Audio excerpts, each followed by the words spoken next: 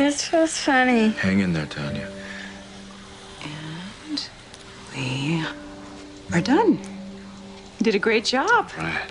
You okay? Okay, Mom. Did you get rid of the dot you saw on my belly?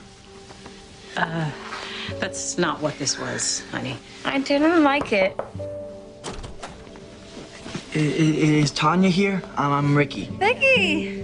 Ricky, could you give us just a minute? Tanya's almost done. No, come in. Are you okay? I'm okay. What were you doing? We were doing a test.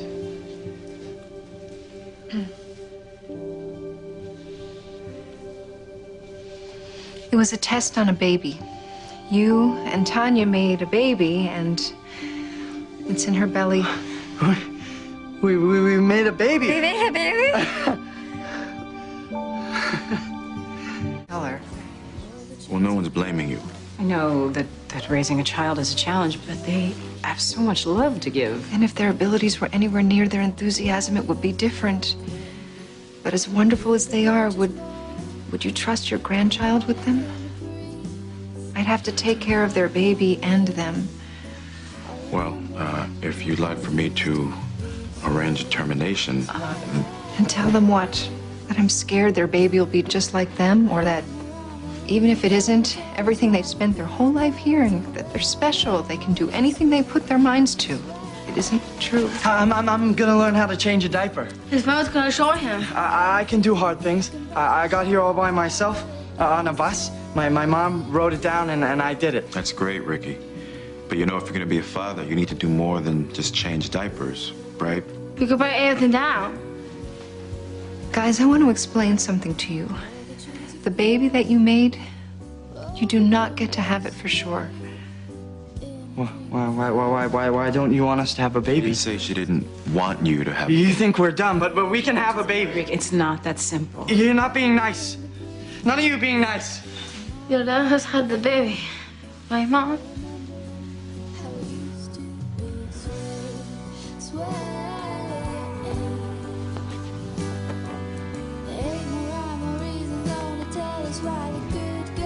Great, Greg. Let's talk about learning disabilities. There's so many different kinds, and you can't put them all into one group. What do educators define as a learning disability?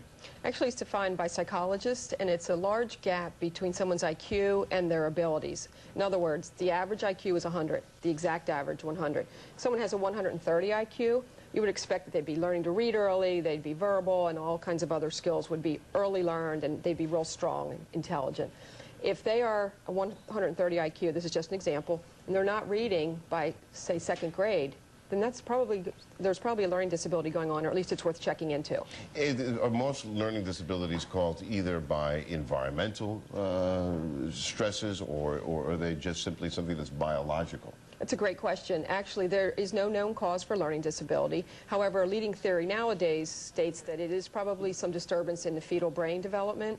However, there are also other studies that are showing it could be environmental, but it cannot be cured. It is hereditary. It cannot be treated with medication, cannot be outgrown. But then how does the parent, so then what is then the good news for the parent of a child with a learning disability? Are there new studies and new methods that are able to help them get a high school education, college education, be able to learn and grow as the rest of their classmates? Absolutely. The good news is that there are ways to compensate for having that. We all have some kind of non-strength, so we have to compensate for them.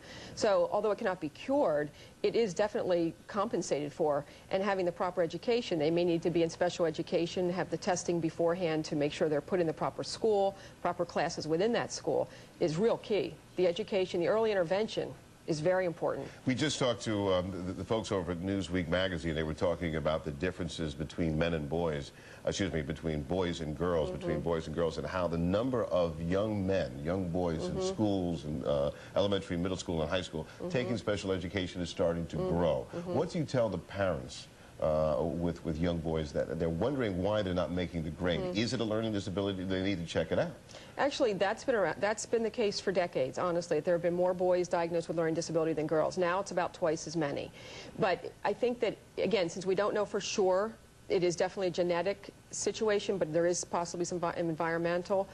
at early signs. If they're not reaching their developmental milestones, for example, they're not walking, talking within the normal limits, they're not sitting up, standing, communicating with others, that's when the parent really needs to start talking to pediatricians about these concerns, because if they're not within the normal range, there may be developmental delays. And so again, the early intervention is so key.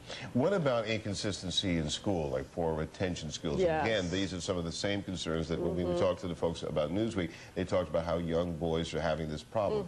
If there are subtle differences, do you need to seek help? Normally not. The big key about learning disabilities is that there is a large discrepancy. It is not just a small issue, a small delay, or a small difference between their IQ and their ability. It has to be a marked, significant difference. And how do we mark that? By the fact that their friends, my next door neighbor's friends are getting, their children are getting A's and B's, my son and daughter is getting C's or D's, or is it much more serious than that? Well, that's a real simplistic view, but that is related to the fact that when they go to a psychologist to have their psychoeducational testing, their tests are based on norms, and they look at age norms. So, you know, again, if a 10-year-old should be doing these things by age 10, or give or take, and they're not, then they put all that into the mix of all the battery of tests. So